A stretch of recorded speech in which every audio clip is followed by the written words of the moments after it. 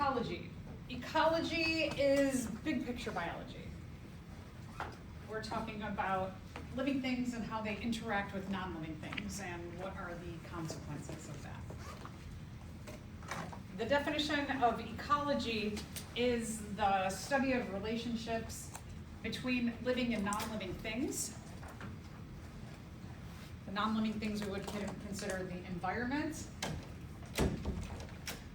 Here you can see a variety of living things. You can see some arrows, meaning that something flows to something else, and we'll get into all of that.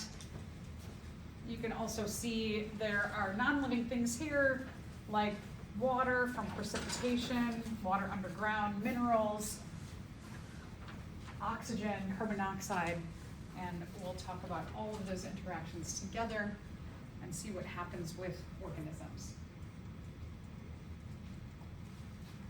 We're going to use BIO a lot in this unit. So let's review back. What does biology mean? What is the definition? Yeah, good. Study of life. Excellent. So that BIO, anytime you see BIO here, it refers to living. Ecology includes both the interaction of the abiotic, A means without, and then there's that bio, living things. So without or no living things. That means when we're talking about abiotic factors, those are non-living things. They are important, right? Just thinking about water, that our bodies are made up of somewhere between 70 and 90% water, depending on what cell we're looking at. We know that just down to our basic principles in chemistry, that the making and breaking of molecules is dependent on water. And ecosystem ecology then is that relationship between the abiotic factors and then the biotic factors, the living and the non-living factors together.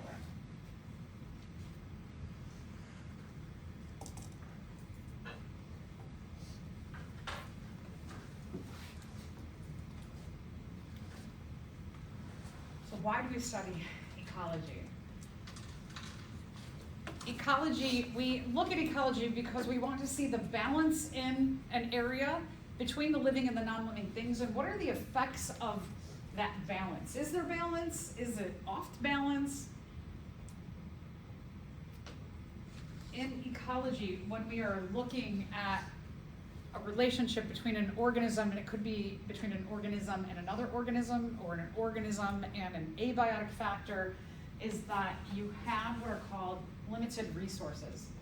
That living things need other things to survive, whether we're talking about biotic or abiotic, and all of these other factors are not always 100% available all the time.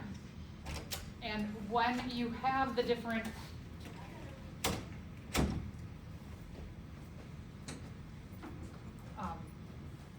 sorry, everybody coming in late, it's very distracting.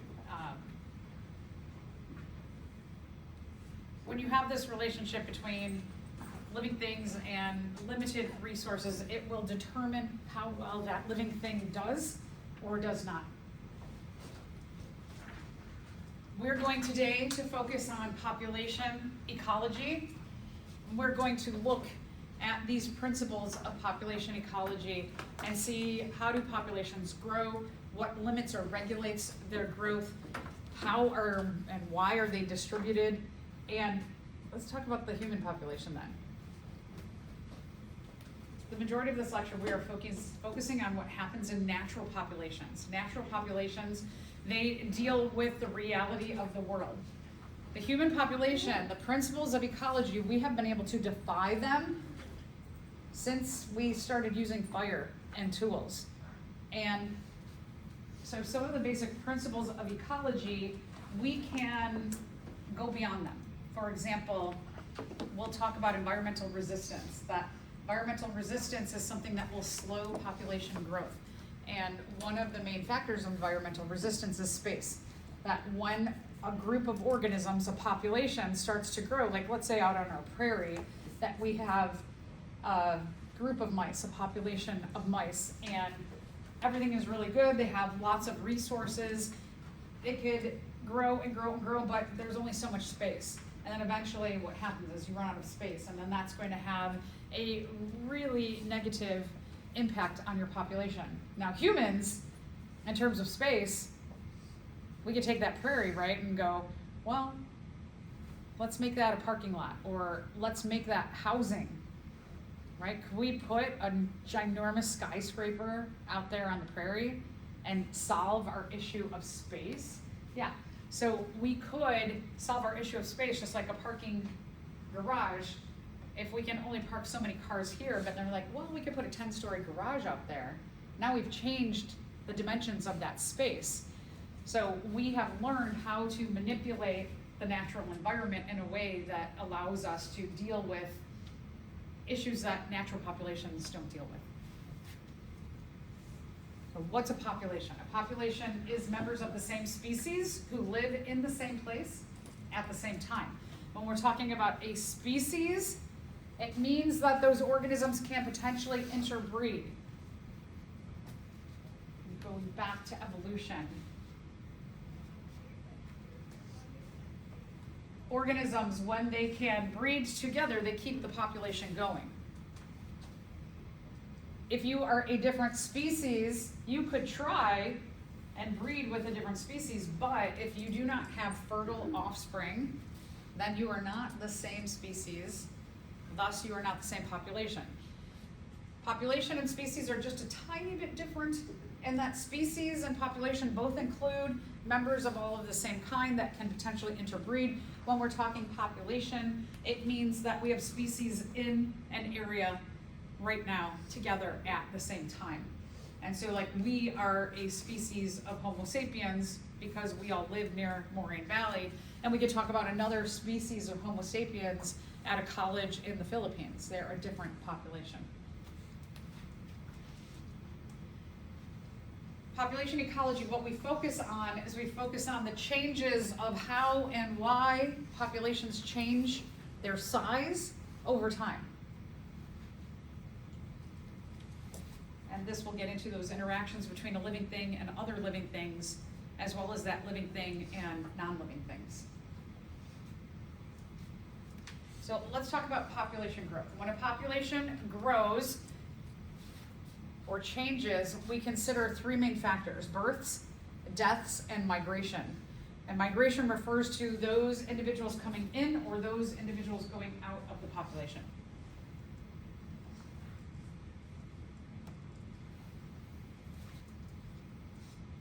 Migration, there's two forms of migration. There's immigration, individuals who are joining a population.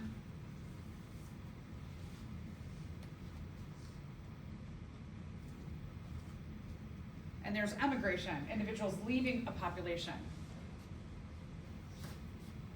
A population is stable when the individuals who are joining the population, the births and the immigrants, are equal to those that are leaving the population, the deaths and the immigrants.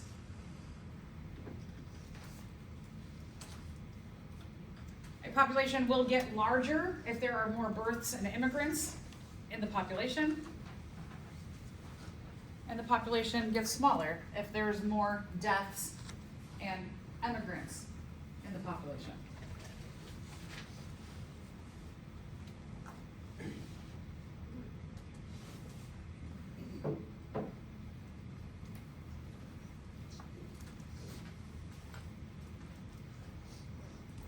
We can track the way a population changes over time by looking at intervals. Maybe we'll look at annual growth rate, like a yearly basis. It could be minutes, it could be groups or generations, so we can look at it in a variety of different intervals. The equation for growth rate is we take the births minus the deaths, and then we take the immigrants minus the emigrants. So we take those in terms of birth and death together, and then we take the migrants or migration in consideration. And that will give us a change in size of the population.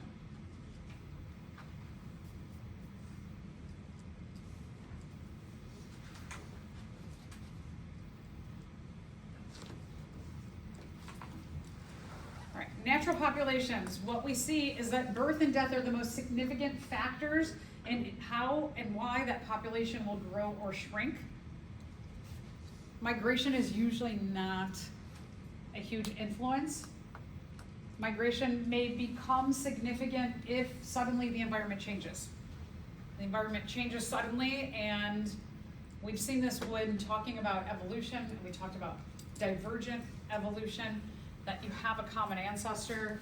And I started talking a little bit about these principles of ecology when we were looking at evolution in the beginning of the semester, and having that common ancestor, and everybody starts growing in this area, and then maybe eventually it starts to get crowded and you have competition for resources, and as mutations happen from that common ancestral group, when you have, and we're going to call it environmental resistance, what limits population growth, like the need for space, the running out of resources, competition, more predators, more diseases, all of those things there.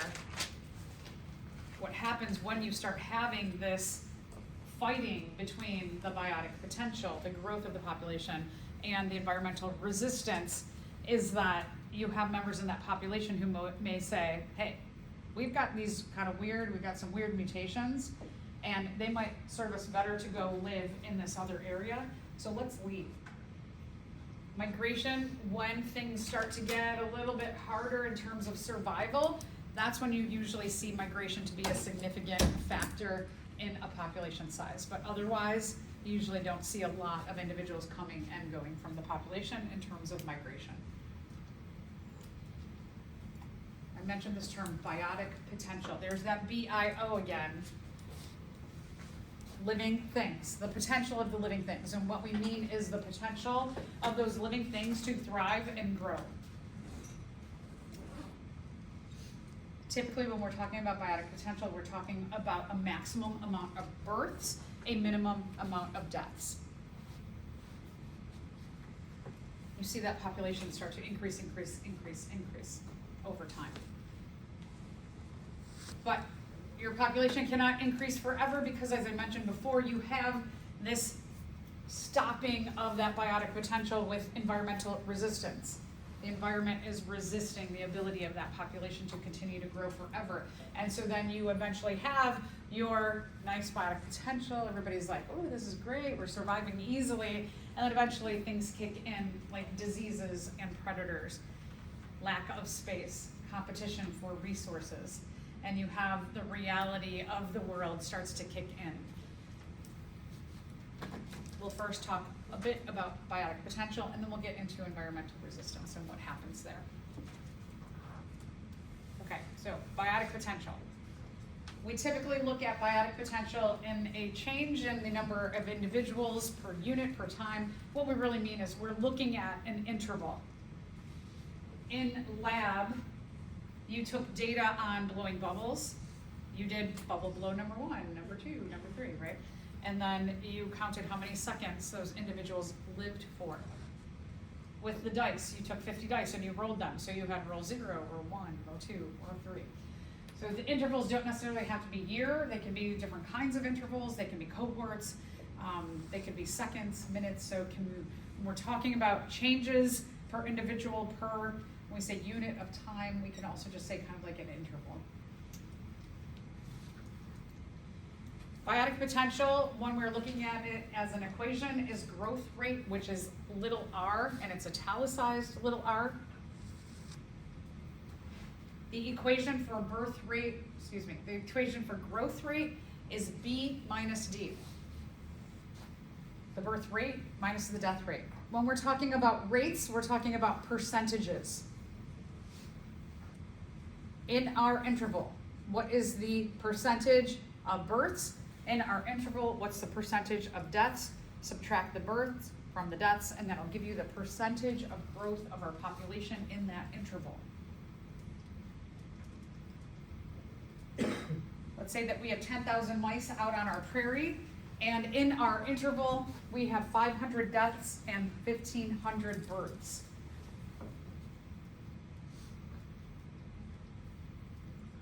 We can calculate out our growth rate by taking our birth rate, first figuring that out, Birth rate is 1,500. We said that there were 1,500 births in this interval. We have 10,000 individuals in our population. So to get a percentage, we're going to take 1,500 divided by 10,000, which gives us 0.15 births. If we times this by 100%, or we move the decimal place over 2 places, we have a 15% birth rate in that year. But we also need death rate. So our death rate, we said that there were 500 deaths in that interval for 10,000 individuals in the population.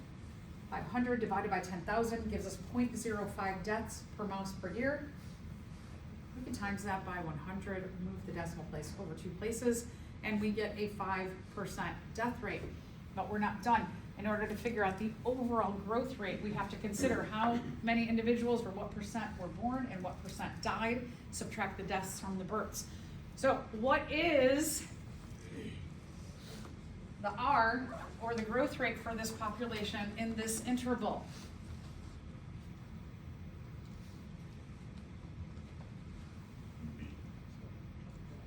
Good, 10%.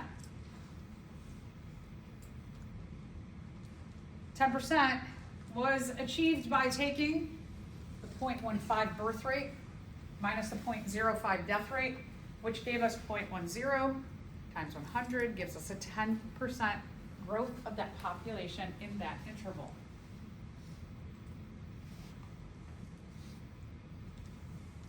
So now we've added 10%.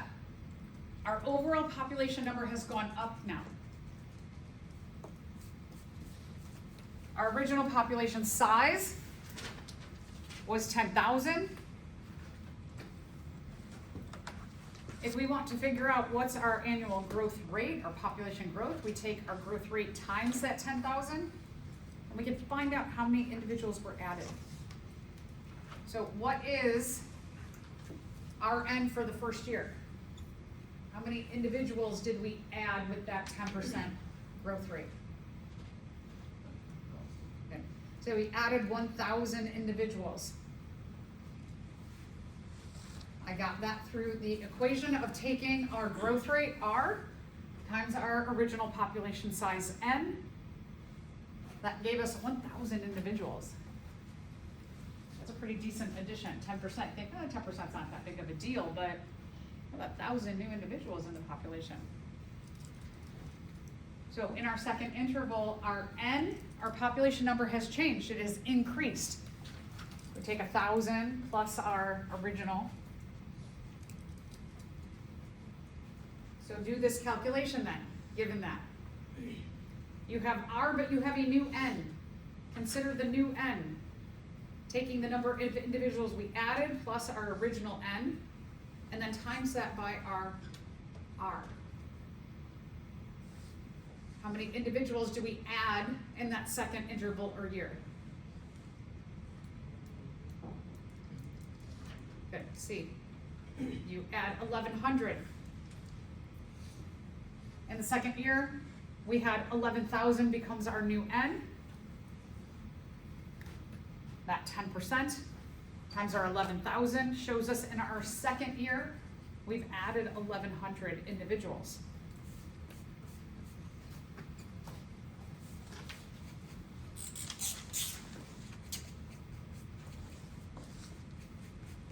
What's happening is we are adding from the start,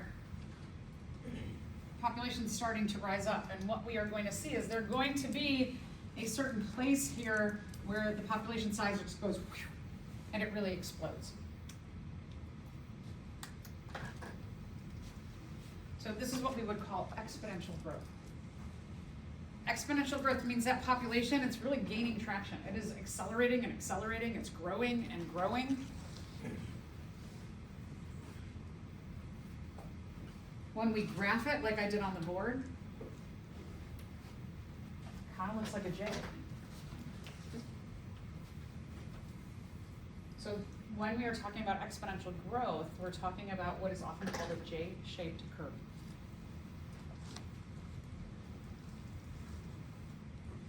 There's a lot of factors that can determine when this really takes off. When does this start to really shoot up? So let's look at a few different factors. Let's take a bacterial population. Let's say that there's different scenarios for this bacterial population. And in our first scenario, the green, let's say that it takes them about 3.5 hours to produce 1,500 bacteria. And so maybe at about like 3.5 hours, they hit that 1,500 and then they really start to accelerate. Let's say it takes 4 hours to produce 1,500 bacteria. So just taking a little bit more time, you can see our exponential growth is delayed a bit. And if it takes even more time, you can see again, our exponential growth is delayed. In this case, so bacteria, we're talking about time. Let's look at it in terms of reproduction. Different species have the ability to reproduce at different times in their life. So for humans, depends on when puberty happens.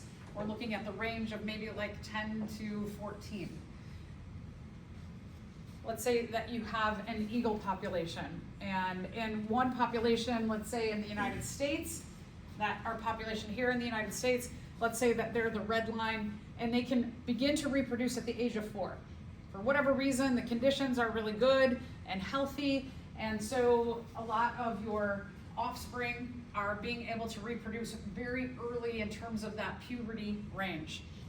And if they can start reproducing at the age of 4, what you see with this red is that at about, maybe somewhere at about 24 years, you really see that really takes off. However, let's say that there's a population and they live in the Arctic and it's a lot colder there. And so things are just like a little bit harder to survive, and reproduction is delayed a couple more years. And so in our Arctic population, they can't start to begin to reproduce until they're about 6 years old, and we don't see this acceleration really starting to happen until about year 30. So just that difference in the ability to reproduce earlier in that puberty range or later can have a very significant impact on when that population really begins to ever accelerate or shoot up. All right, what was R again? Good. Growth rate. Awesome, good. R is growth rate. Okay, so don't forget, growth rate is B minus D, the birth rate minus the death rate.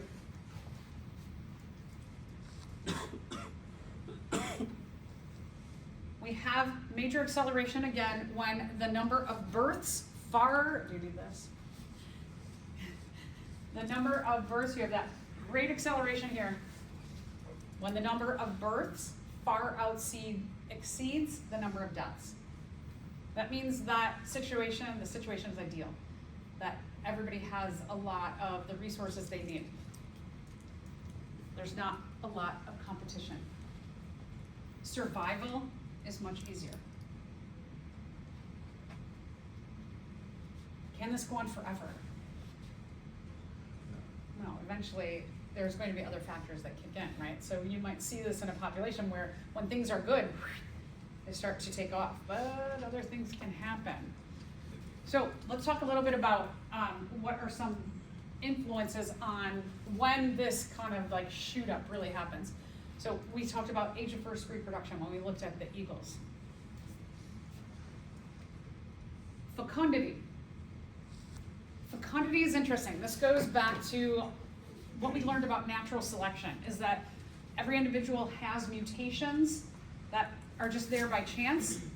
And so if you have mutations that are beneficial and allow you to survive easier, we know that we've said in evolution, when you survive easier, you have time, energy, the situation where it is okay to reproduce, right? You can bring in individuals into the population that you can take care of. You can take care of your offspring.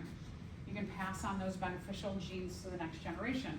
So fecundity, when we're talking about, really it's that influence of natural selection. Is nature selecting for you right now, given the genes that you just happen to have, or is it not?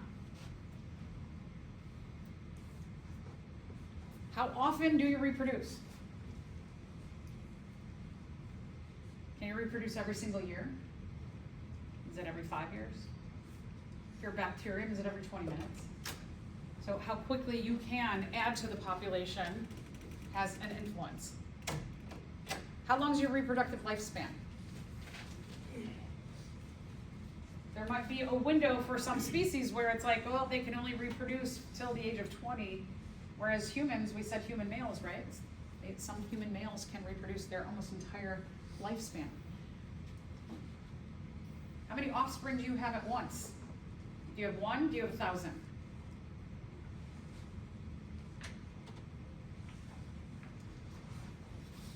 And do all of your offspring survive? In lab, you're looking at survivorship, and you're looking at different situations where sometimes you might have a mating pair and they have one offspring in their entire lifetime. They take really good care of that one offspring. They all have good traits, and the death rate is really low on that one offspring. So they only contribute one offspring, and it's like, okay, one offspring, right? What about sea turtles? Sea turtles, a female sea turtle, she may lay 6 to 8 clutches of eggs. Let's say she lays 6 clutches of eggs, 6 groups of eggs. There's 200 eggs in each group. And she goes to the beach and she lays her eggs in the sand and she pats them down and she says, bye, good luck everybody. And she goes back to the ocean. And then maybe a month or 2 later, she comes back out, she lays another clutch of eggs and she says, bye. And over the course of the summer, perhaps she's laid 1,200 eggs. But none of them are taken care of. Once they hatch, those sea turtles are on their own. So humans, we have one, maybe let's say one offspring that's well taken care of, makes it to old age. Sea turtles, there's 1,000 or 1,200 individuals. They're not well taken care of. Maybe only one makes it to old age. So does it matter how many you have? Depends. How well are your offspring taken care of? Will they make it to old age or not? So death rate, even though you might have a lot of offspring, the death rate might be really, really high on those offspring. What we typically find is I keep saying, well, something's got to kick in. This can't happen forever. And so what we find is that while you have exponential growth and you have this J-shaped curve, eventually something is going to stop that. And we call that environmental resistance. When we see that exponential growth, here's that J-shaped curve right here. Environmental resistance kicks in and you have what we call a bust, or you have a crash, that your population crashes. We'll come back to this in a minute. So we'll talk about it. Okay, so one of the things about this is very representative of what happens out here in our world, and especially right now. We're right about here. We deal with, in our area of the world, we deal with seasons. And seasons are really, really harsh on species who live here. Maybe not you as much. I mean, like my son said, I'm so cold, I need a warmer coat, right? Like that's the way he's dealing with the seasons. But I'm like, we're not out there like the mice out in the field. They've got to figure out how do we survive all winter without being able to shop for a new coat. Conditions get really bad around this time of year for most of the species that live out there. And our populations decline. Our natural populations in our area of the world. And so then they're just trying to survive at a low level all winter. But spring comes around, and when spring comes, the earth, we're tilting back toward the sun again. Our days are getting longer. It's getting warmer. We're getting more available water, right? It's warmer, we're getting rain. And all of the nutrients, like all of these beautiful leaves that we see right now that are falling, over the course of the winter, we have our decomposers who are breaking down all those nutrients and putting them into the ground. So in this time, as it gets warmer and there's nutrients available and there's water available and we have longer days, more exposure to sunlight, conditions change and they start to get a lot better again. And so then you see that exponential growth from the late spring all the way through the summer. And then what do? We end up right here. And the conditions start to change again, and you have that cycle. So you can see these growth and crash cycles or boom and bust cycles on a yearly basis like this, where we live. You might see them some kind of like a growth and crash just over time for a different reason. Here's a study that was done on reindeer. This reindeer population, they were doing pretty good. Something happened here about 1922, and the population goes down a bit, they rebound, and then conditions are really, really good between the 1925 and 1940, and they just start to ever accelerate. But then, there's so many of them. Look at how many there are. And they said, hey, we should probably start hunting these. There's way too many. They're starting to eat all of the trees, and they're eating all of the vegetation, and they're stomping on all of the other species. This is out of control.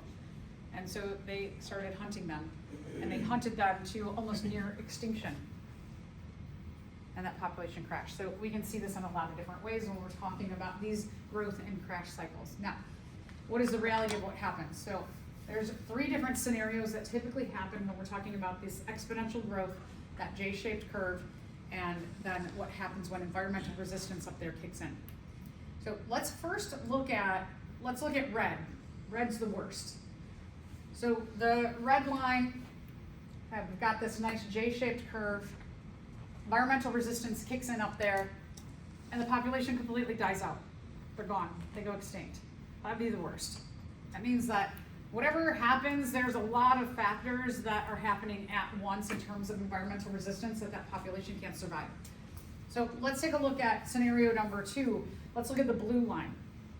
Again, you can see that exponential J-shaped curve, exponential growth. Environmental resistance starts to kick in up there, and the population goes way, way, way, way down. But there's just enough individuals in the population who have mutations that are favored enough for the population to not completely die off. But some of them do survive, whatever this change was in the environment, all this environmental resistance, and the population starts to increase a little bit. And when that population, and you've got a little bit of a J here again, it's an elongated J, but here again we start to see that exponential growth. But then environmental resistance starts to make this population uncomfortable. And the population's like, whoa, whoa, whoa, we're not going through that again. We're not doing this again. So they start to slow down on the growth as a population. And they'll decrease a little bit, and then you see again a little bit of a J, and then a little bit of a bust, and a little bit of a J, and a little bit of a bust. And the population starts to hover at what we call the carrying capacity. What we mean by carrying capacity, it's an area, it's kind of like that sweet spot in a population where the population's like, okay, we can support everybody comfortably if we share our resources, if not one group just takes everything, and we can manage as a group everybody comfortably if we just stay at about here in terms of our population number.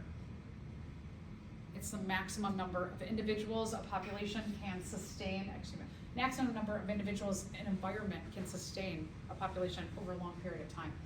So they're like, okay, we can all share everything in our environment and be comfortable if we just stay at this level or this number of individuals.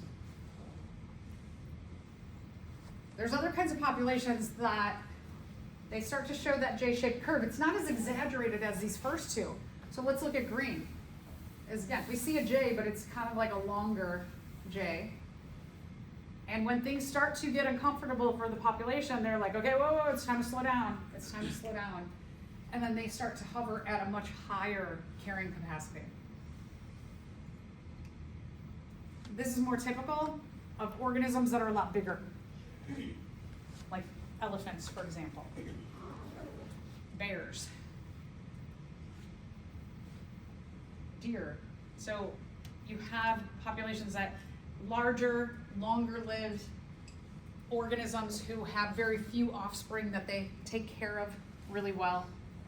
They usually hover at a higher carrying capacity. So the carrying capacity is the maximum number of individuals that the environment can support, sustain for a long period of time, indefinitely.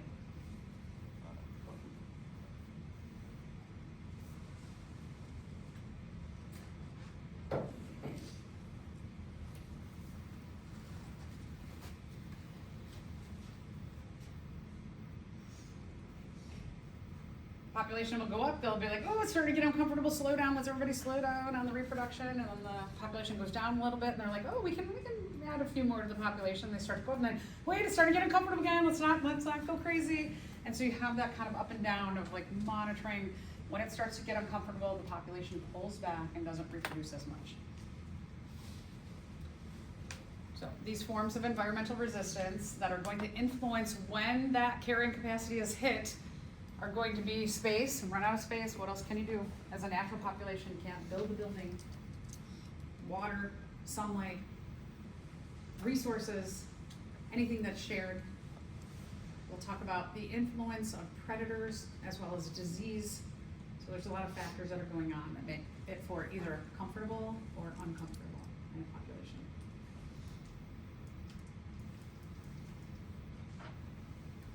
Populations that hover around the carrying capacity have very little environmental resistance, but also very little biotic potential. They balance that out.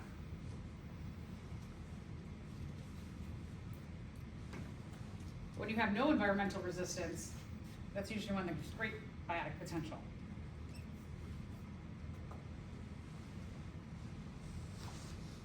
Kind of makes sense, right? If everybody has access to everything, you're gonna be like, yeah, this is great, this is great, this is great, until it's not great.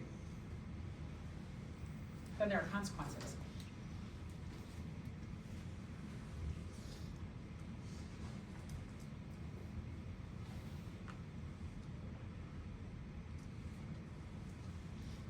Okay, so again, we might see this on a yearly basis, we might see this on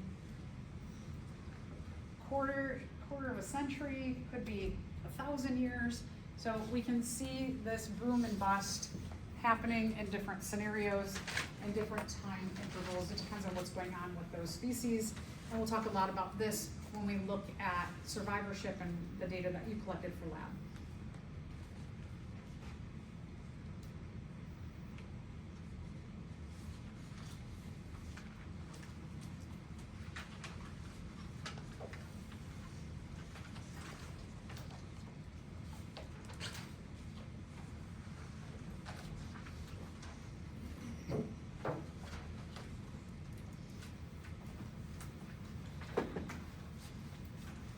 So out there in our pond, we've got photosynthetic bacteria or algae that are growing, that are experiencing, they're in this phase right now. It's getting colder.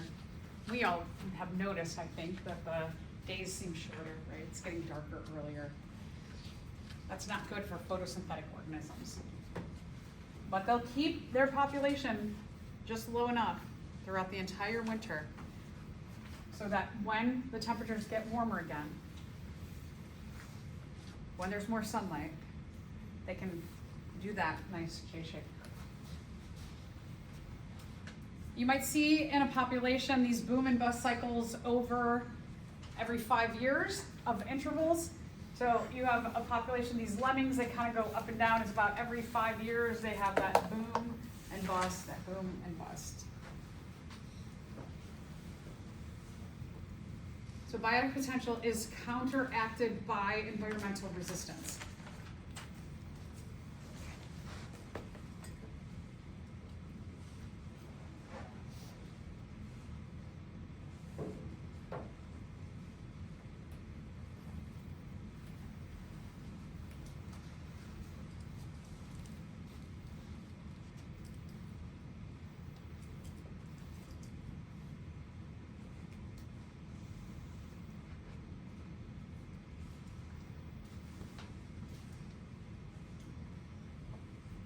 Eventually, we saw that the scenarios are the population crashes or they stabilize at the carrying capacity.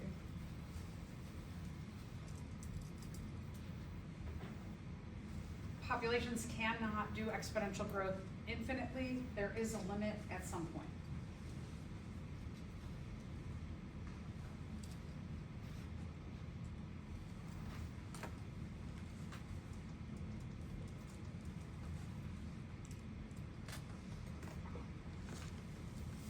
Some of those environmental resistance factors, as I mentioned, space.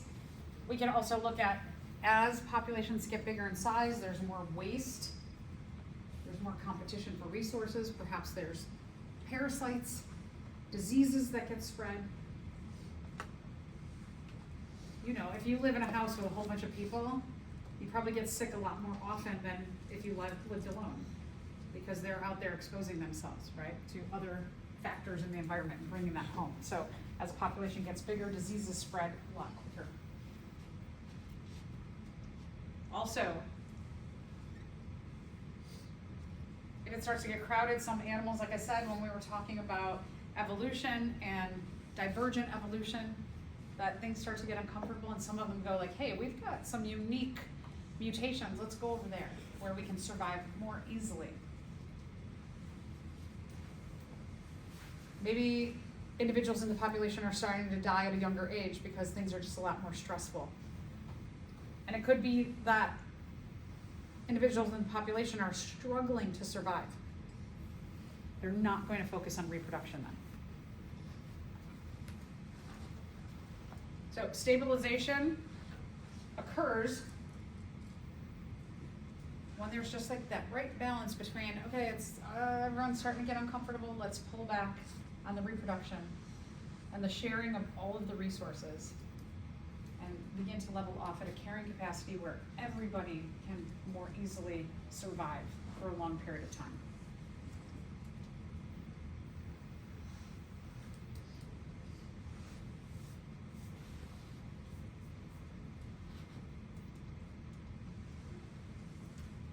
When you get to the carrying capacity, you have an average over time of what we call equilibrium. You saw it go up and down a little bit though. But it might go up a little bit one year and then everybody's like, wait, it's getting more uncomfortable, slow down, let's slow down. So what we mean by equilibrium is not that there's exact same number of births and deaths every single year, but that if we looked at a long chunk of time for that population, we would see it's about average of 0 over time. This is typical of organisms like us. But again, we'll talk about it. We can defy these laws of ecology as well. Typically long-lived organisms, they have very, very long lives. They're what we call type 1 survivorship. They have very few offspring. They protect those offspring in those juvenile stages. That gives almost an insurance policy that if we can get you through and protected in this juvenile period, you are going to live a really, really long life. But there's not a ton of offspring that are born. So when we take a look at this graph and we consider carrying capacity,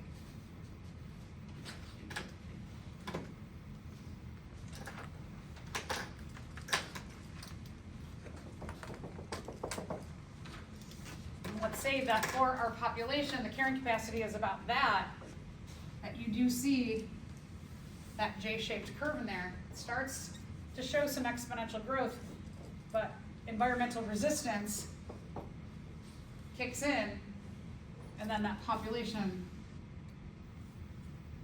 begins to do that. And when you graph it, it looks a lot more like that. So the letter looks more like an S. But note that in the S, you've also got some J. That even when we're talking about S-shaped curves, they do have a period of good biotic potential of that exponential growth. It's just not often exaggerated as much.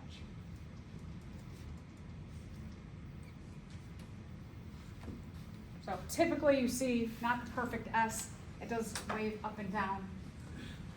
In the textbooks, when you just graph it out, it's like your average over time showing you that S shape.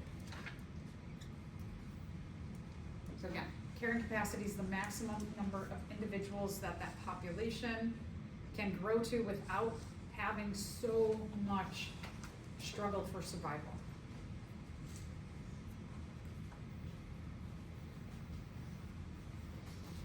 And this is determined by renewable resources, what's available all the time for our population.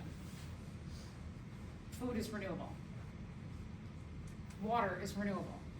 Goes up, comes down, evaporates, precipitates. Sunlight. Earth turns away from the sun, moves back toward the sun. And then there's non-renewable resources, and this one's a tough one, that once you run out of space, that's it. Can't renew that.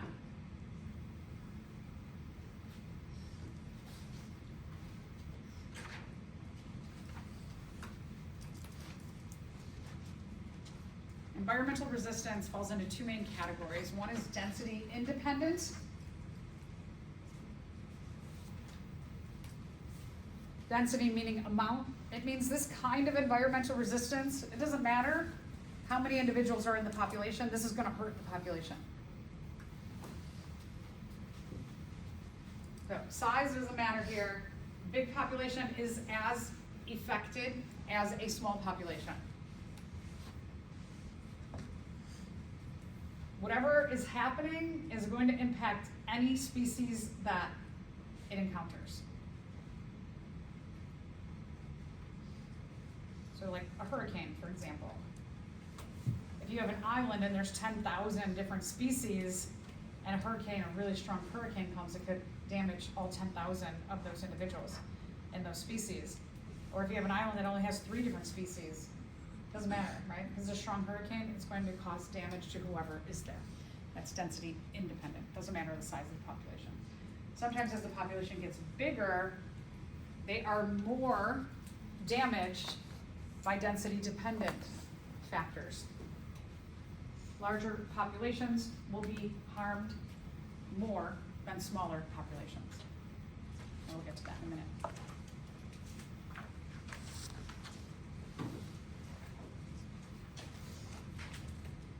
So let's take a little closer look at density independent. Yeah. So if disease appeared, would it be considered dependent or independent? It could be both, right? Because if there's a disease and let's say all species that encounter the disease are going to be harmed by it, then it doesn't matter the size. But we also do know that diseases spread more when there's more individuals. So you could have both influencing and be partially this and partially that. Thanks. So the classic density independent are weather, like I said, hurricane, whoever's there, destroyed. The other one is human activities. Our prairie, if we decide we want that for a parking lot, it doesn't matter on that prairie if there's 10 species or there's 1,000 species. We're going to just get rid of all of them. Also, pesticides. Leaving all of these chemicals, pollution in our environment, it is going to harm 1 species or 1,000 species.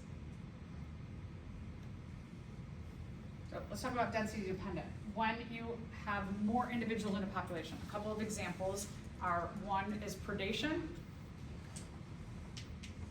Let's think about us.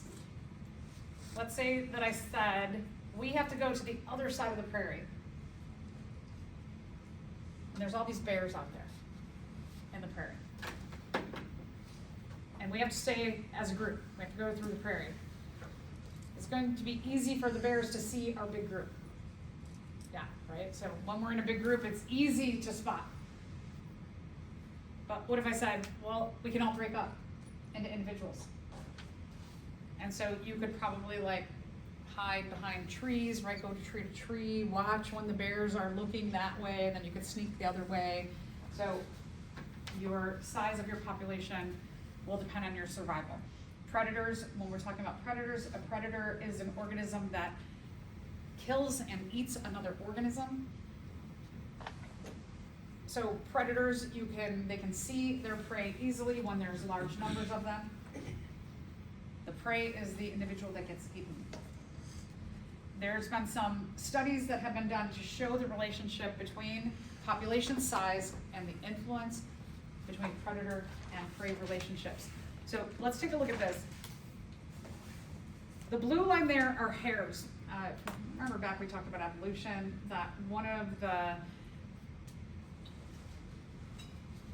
species that Darwin looked at were hares from.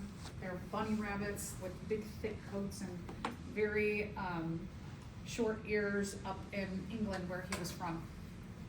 So hares are just these like bigger bunny rabbits. Lynx, they're a big cat. Let's take a look at the blue here. So our hares, or our prey, they get eaten by the predators. The food, the prey, the hares start to grow. So they start to grow in size because the predators are low. So there's not a lot of predators around. So their population starts to exponentially grow. But as they exponentially grow, the predator's like, we've got a lot of food. So shortly thereafter, the hare population growing, the predator population grows. Now there's a lot of predators, and they're eating all the rabbits. They're eating all the hares, so the hare population goes down. Well, now there's not a lot of food, so the predator population starts to go down. When the predator population starts to go down, the hare population's like, yay! But then the predator population goes up. So you can see that these two graphs, that whatever happens in terms of the growth of the prey, the predator growth will come right after. These graphs would look almost, not perfectly, but almost the same if we just move them over a little bit. That what happens with the predator, what happens with the prey, shortly thereafter, the same thing will happen with the predators.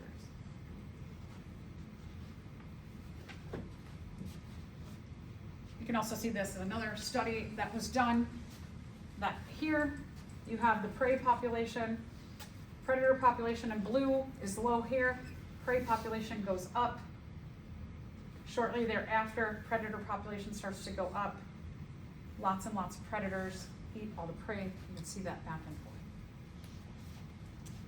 Okay, another thing that can influence a larger population than a smaller population would be, like Osama for your example, of disease. Parasites including viruses, bacteria. Larger populations can be more affected, but doesn't mean that small populations are not also affected.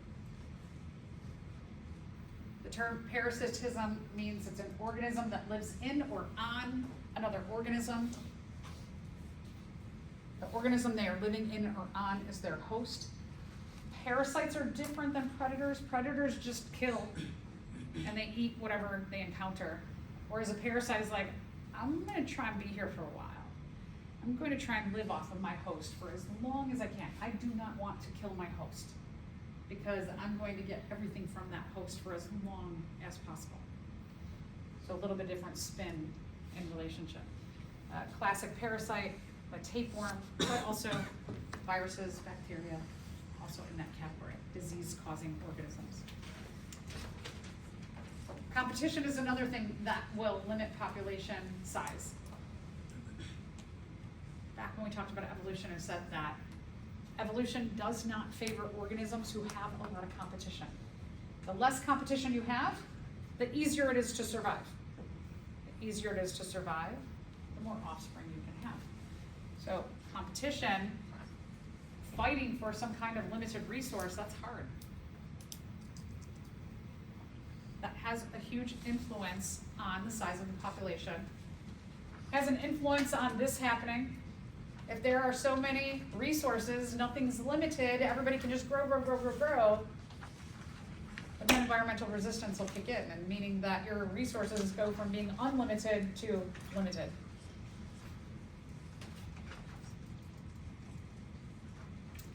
In lab, we took a look at a few different kinds of organisms that were represented by bubbles and dice, and we began looking at survivorship, which you'll explore more today. So survivorship is looking at the number of individuals in a population that survive at different groups or intervals. So with your bubbles, you look to see at every different second how many individuals survived that second interval. With the dice, you are looking at how many individuals survived with each roll of the dice. Survivorship shows a pattern of deaths or survivors. Depends on if you want to look at it glass half empty or full. But you can see what a population typically does over a long period of time. So we're going to take a look at 3 different kinds of survivorship. The first one is called late loss. Late loss, there's not a high juvenile death rate.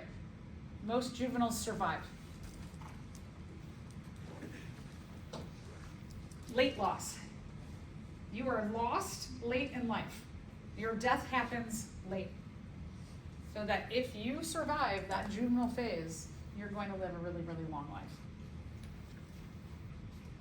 What organism would this be characteristic of? Yeah, good. So I mentioned sea turtles, right? But they have a lot. There's a high death rate with sea turtles, whereas humans, we have a very low death rate. So humans, other big, long-lived animals, species that typically are 50, 100 years old.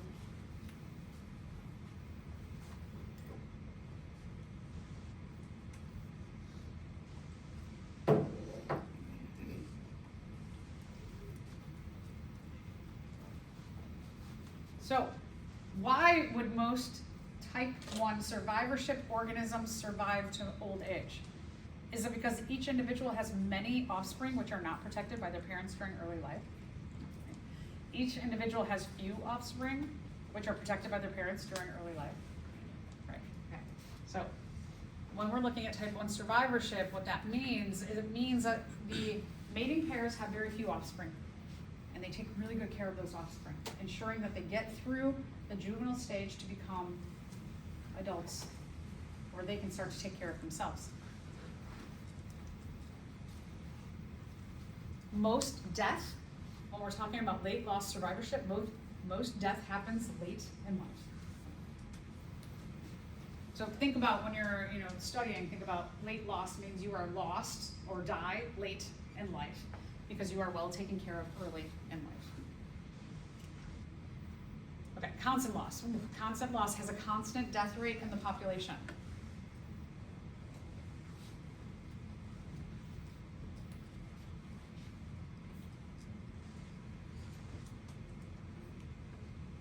This means every day individuals are lost or die in the population. It turns out to be a straight line survivorship curve.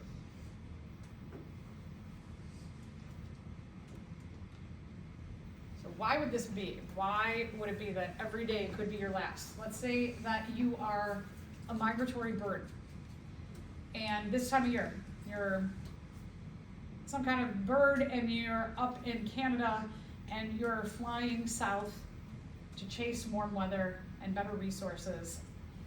And every day you fly, let's say you fly 100 miles every day. Do you know what's going to happen during that 100 miles? Who you are going to encounter, what predator, what prey, what weather is going to happen? Where are you going to sleep every night? Do you know exactly, right? So there's so many unknowns when we're talking about type 2 survivorship. Imagine being a species and waking up and every day you're like, there's a good chance I could die today. It's gonna be rough. That every single day could be your death day. So let's go back to the sea turtle example. Early loss, high death rate initially. There's typically lots and lots and lots of offspring, just like that sea turtle. She lays 1,200 eggs. But most of them do not survive the juvenile stage because it's really hard. It's really difficult because there's a large amount of offspring at once and little to no parental care. Imagine as a human baby, you're born and then your parents are like, bye, good luck, babe. So these organisms, they have little to no parental care at all. This is very typical of organisms that live in the ocean, live in water. Water is a lot rougher environment than living in land.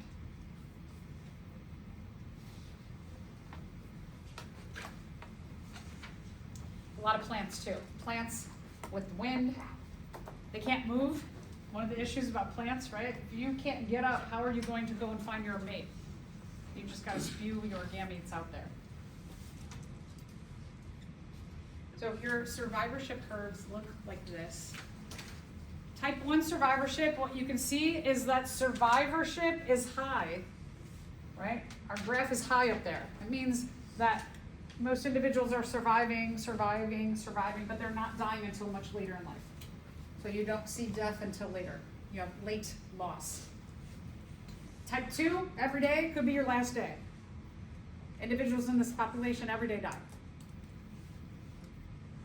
And type 3, there's a lot of offspring who die immediately. But if you survive, you will live a long, long, long life. All right, so what about the human population? Let's talk about some of the reasons why we can defy all of these issues that we just talked about. The human population is showing exponential growth. A lot of people say, are we at our carrying capacity?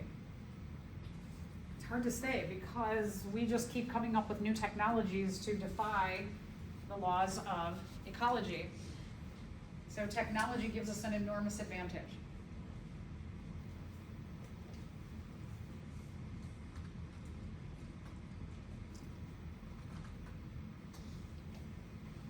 Technology in terms of, we've got kind of 3 major areas of technology that have helped us. Agriculture, our food systems. Like if we run out of food, we can have food, I mean, not easily, but right, we can just have food flown in or driven in from some other area. If you're a mouse on the field, can you order Uber Eats? No, you don't have that technology. Industry, the way that we make stuff. Very comfortable. Our ancient ancestors used to live in caves for protection. You imagine a cave is warm. They're usually pretty drafty and cold, right? Now, if it's not 72 degrees in a room, we're like, oh, I'm cold, I need to put on a sweatshirt, right? Is that really cold? And then the way that we treat ourselves in terms of our diseases and medicine. So, human population, we're up over 8 billion now. You can see our population as humans was low. We had environmental resistance, bubonic plague, a pretty bad disease happens, makes our population crash. And then we have that boom. And what this is the Industrial Revolution. Is that once we figured out how to better use tools, our population has gone up, up, up, up, up. We know how to use tools and technology to evade environmental resistance.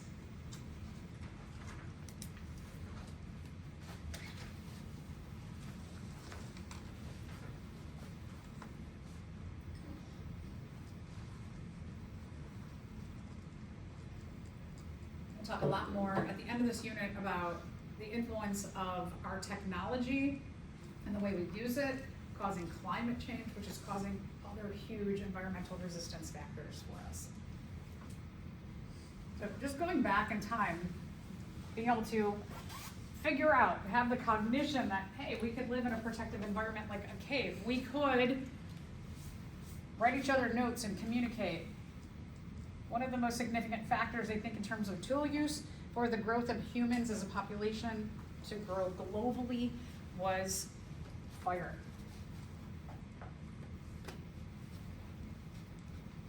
With fire, we could move into colder regions.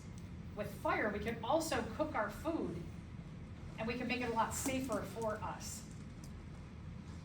Right? If you kill an animal, and you're like, I'm going to eat this animal for this next couple weeks, does bacteria not grow on that animal over the next couple weeks? Yeah, so if we cook it, we cook our meat, we can cook off some of that dangerous stuff, and we can still continue to eat it. So cooking in a lot of ways. And also, one of the things is that cooking can change the molecular density of our food as well, is that we can actually have changes to what happens with our food. Oh, and then here we are. Our systems are a lot different than they were back here. And while technology has given us the advantage to do that exponential growth, is it going to have a cost? Are are we seeing a cost? Yeah, right? We are seeing the downfalls of eating a lot of meat and pumping our animals full of antibiotics and growth hormones. We know that's not healthy for us. We know it's not healthy the way that we get around, right? Transportation. We do see advances in medicine, and we are seeing renewable energies come in the market. So where we go, we shall see. All right, so this is just a lot of information about what I just said. That all of these advancements in technologies, they have benefits. They allow us to exceed what we might think of as our carrying capacity. It's really hard to determine carrying capacity because that is actually a more natural ecological concept, so we're not really sure. Okay. One of the things that people do is they study demography, and demography uses math to study how populations grow over time. Some people will study natural populations in terms of demography. Another example to study demography in terms of humans is actuarial science. It is a field of study that looks at humans and how long they are living in different life table groups, and then determining how much should we charge for insurance policies. So demography has a lot of different applications. You could go in the more ecological sense, or you could go in a more human sense and do things like actuarial science. When we take a look at populations, one of the things that we look at, especially as humans, is we look at our RLF or our TFR. And what this basically means is that you have a mating pair who replaces themselves. The human population would be totally stable and not growing if every mating pair only had 2 offspring, because you only replace yourself. We can look at our TFR in a couple of ways. If we look at it per woman, that our global average TFR per woman is 2.1 individuals. So every woman is having 2 individuals, 2.1. That's an average, right? We don't have 0.1 individuals. The current TFR, if we just look at like a mating pair, the current TFR is 2.47, which is more than 2. So we are seeing our population go up. Some individuals have no offspring and some have 5, 10. The average in 1965 was 5. So mating pair of 2 on average had 5 offspring. That's what we call the baby boom. These are the boomers.